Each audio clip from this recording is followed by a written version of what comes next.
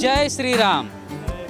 आज देशभर रामनवमीचा उत्सव अत्यंत जल्लोषात भक्तिभावाने साजरा होतोय। देशभरातल्या सर्व राम मंदिरांमध्ये भाविक नतमस्तक होण्यासाठी गर्दी करतायत। मी आज आहे वडाळ्यातल्या पुरातन राम मंदिरामध्ये आणि या ठिकाणी पाहत आहात की भाविकांची अक्षरशः गर्दी उसळली आहे।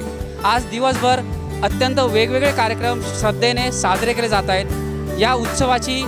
या मंदिराच्या उत्सवाची काय आहे परंपरा आपण जाणून घेणार आहोत इथल्या गुरुजींकडून।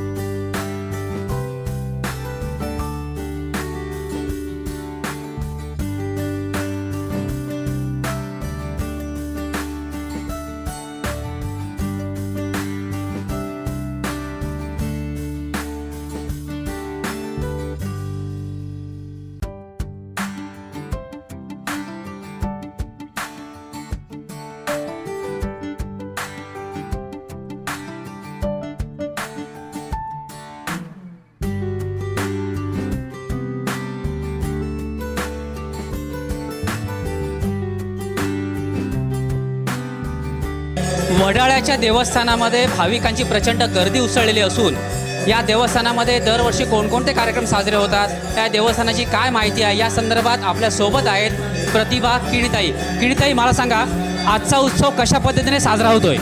हा उत्सव 60 वर्षापासून साजरा होतोय। आमचे स्वामीजी GSB सार्वजनिक जे माणसं त्यांनी इथे मठाची स्थापना केली, देवाची स्थापना केली आणि तेव्हापासून त्यांचा राम जन्मोत्सव साजरा होतोय। वडाळ्यातल्या श्रीरामाचं दर्शन घेण्यासाठी सिंधुदुर्गचे माजी आमदार परशुराम उपरकरजी सपत्नीक आलेले आहेत। आपण त्यांच्या भावना जाणून घेऊया। उपरकर साहेब, रामनवमीच्या दिवशी प्रभू रामाच्या चरणी नतमस्तक होण्यासाठी आपण आलेला आहात, काय सांगाल? खऱ्या अर्थाने आज रामनवमी आहे। रामनवमीच्या निमित्ताने या रामाचं दर्शन घेऊन सर्व जनतेला, कोकणातल्या जनतेला सुख समाधान लाभावं अशा प्रकारचं गारणं करण्यासाठी मी या ठिकाणी आलो। आम्ही दरवर्षी येतो इथे पाया पडायला आणि दरवर्षीपेक्षा यावर्षी भयंकर गर्दी आहे आणि इथे आम्हाला येऊन समाधान वाटतं। नाही इथं येऊन तर आम्हाला खरंच एकदम थंड, म्हणजे बाहेर एकदम गरम आहे, एकदम गरम आहे, पण इथं आम्हाला शांती भेटते। आज रामनवमी आहे, काय सांगाल, काय भावना आहेत आपल्या? की सगळ्यांना सुख समृद्धी आयुष्य सगळ्यांना देव, मला एकट्याला नाही, सगळ्यांना सुख शांती देव आणि भरभराटीचं जावो येणारं सगळं वर्ष आणि सगळ्यांना सुखात ठेव। आज काय प्रार्थना कराल, रामाकडे काय मागाल? बस हिंदुत्व यावं, आपल्या भारतामध्ये हिंदुत्व यावं हीच अपेक्षा आहे। सनातन धर्माची स्थापना व्हावं, सनातन धर्माची स्थापना व्हावं हिंदू।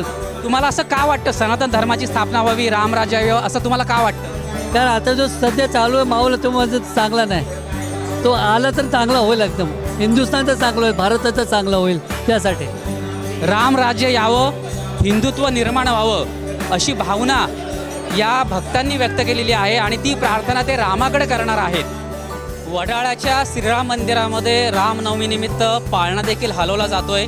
या पाळण्याचं भाविक दर्शन घेत आहेत। गर्दी आहे, बाहेर प्रचंड उकाडा आहे, मगाशी म्हटलेलंच आहे, तरी देखील गर्दी काही कमी झालेली नाही, गर्दी ही वाढत चाललेली आहे।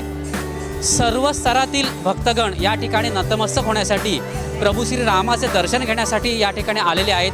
काही भक्त आहेत माझ्यासोबत, आपण त्यांच्या भावना जाणून घेणार आहोत। ताई, मला सांगा आज प्रभू रामाच्या चरणी नतमस्तक होण्यासाठी आलेला आहात, आपण काय मागणार आहात आणि आपली काय भावना आहे?